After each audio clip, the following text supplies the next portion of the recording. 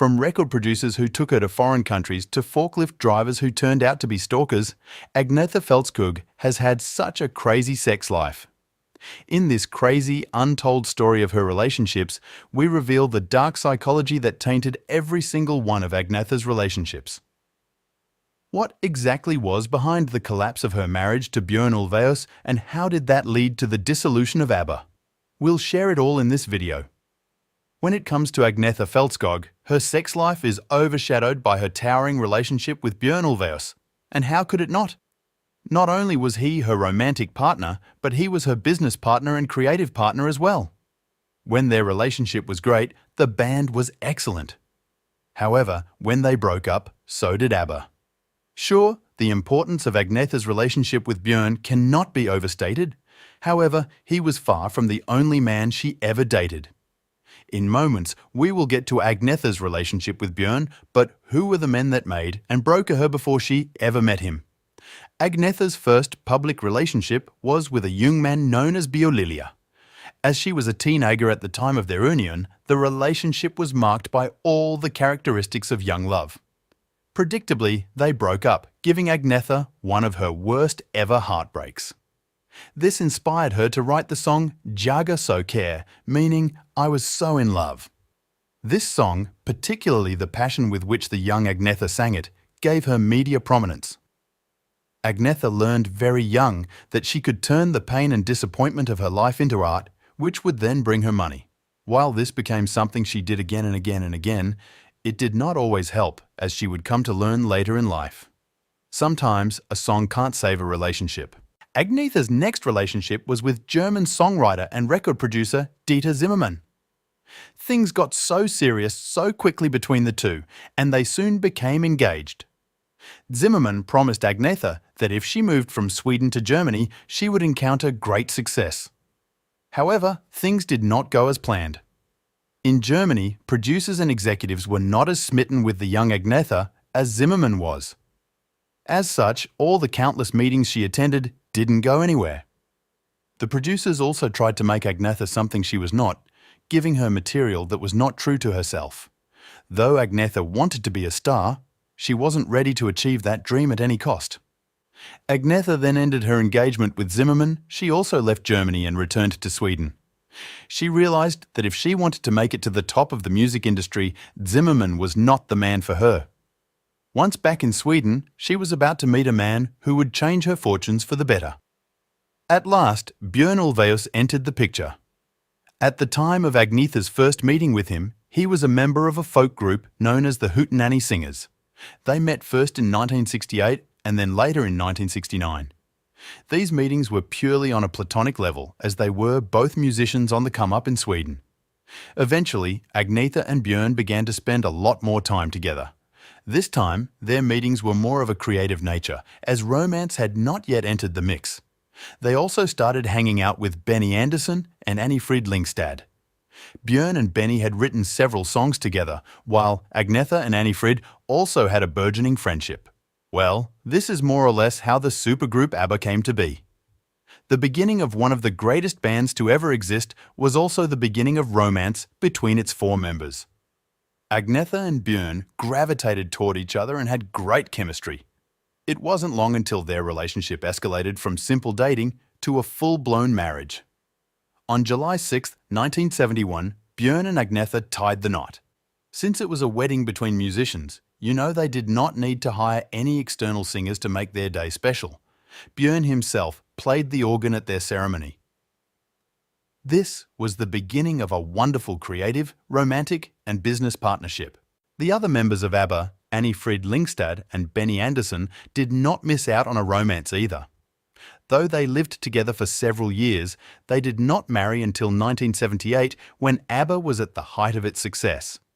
However, their marriage dissolved not more than 2 years later, and this dissolution coincided with both the dissolution of Agnetha and Björn's marriage, as well as the collapse of ABBA.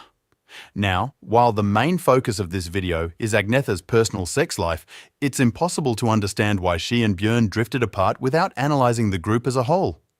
They lived together and worked together, and most of the songs they wrote were about their own personal problems.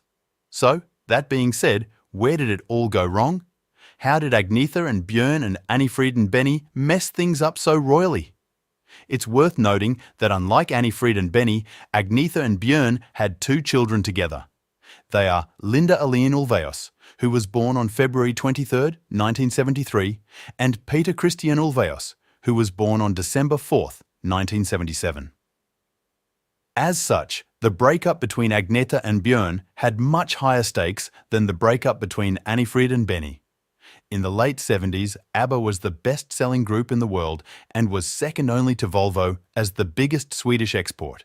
Yet all that massive success was not enough to hold the group together. Agnetha and Björn started to grow further and further apart. Eventually, they got to the point where they couldn't live together anymore. Meanwhile, Benny's alcohol problem got so bad that Annifried couldn't stay with him anymore. Fans were mostly oblivious to this, but the writing was on the wall for ABBA, the superband. Given how important ABBA was to the economy and culture of Sweden, Agnetha and Björn tried their hardest not to let their personal problems interfere with their work. But how could they not? After all, it was mainly by making personal songs that they managed to make ABBA such a hit in the first place. This was a real conundrum for them.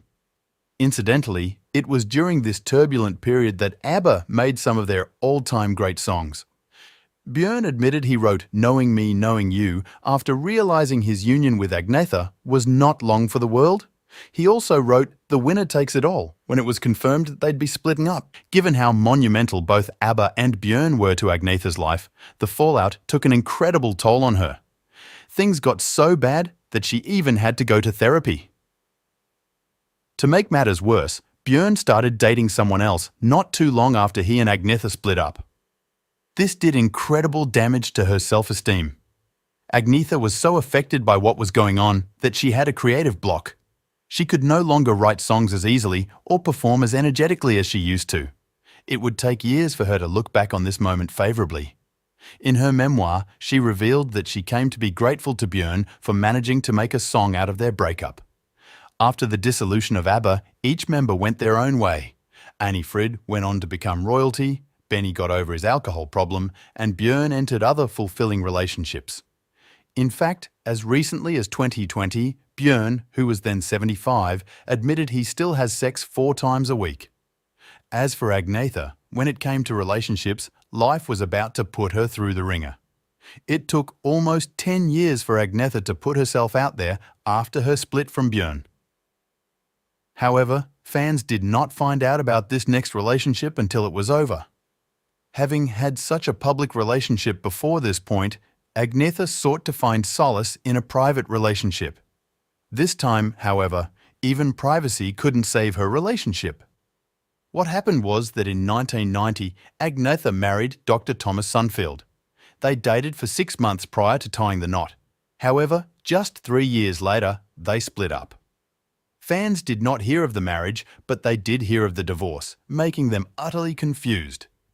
In the years since this marriage ended, both fans and the media alike have tried their hardest to find out what happened. However, the lips have remained tightly sealed on both ends. On one hand, Thomas has continued to work quietly as a surgeon in Sweden. On the other hand, Agnetha has hardly written or spoken about their relationship. To make matters worse, life threw Agnetha a horrific curveball not long after their relationship ended. It was an incident that put her fragile mind state under even more stress.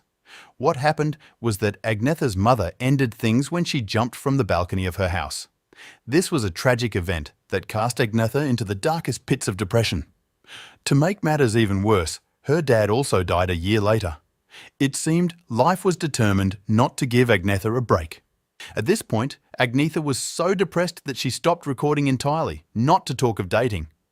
However, as time went on and with the help of therapy, she tried to climb back into the light. Eventually, she was ready to take a chance on life again. Agnetha hoped that this next relationship would be her last one.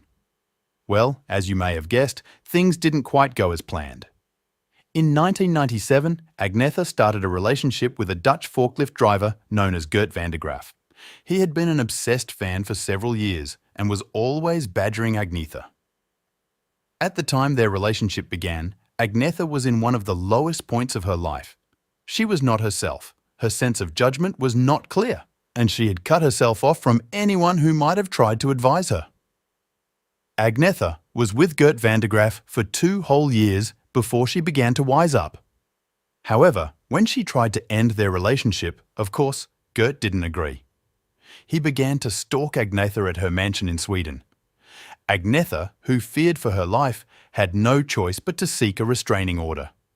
The courts were overwhelmingly on Agnetha's side. So much so that in addition to giving Gert a restraining order against her, they also deported him back to the Netherlands. Well, this was the end of Gert. The stalker, right? Wrong. While in the Netherlands, Gert van der Graaf bided his time.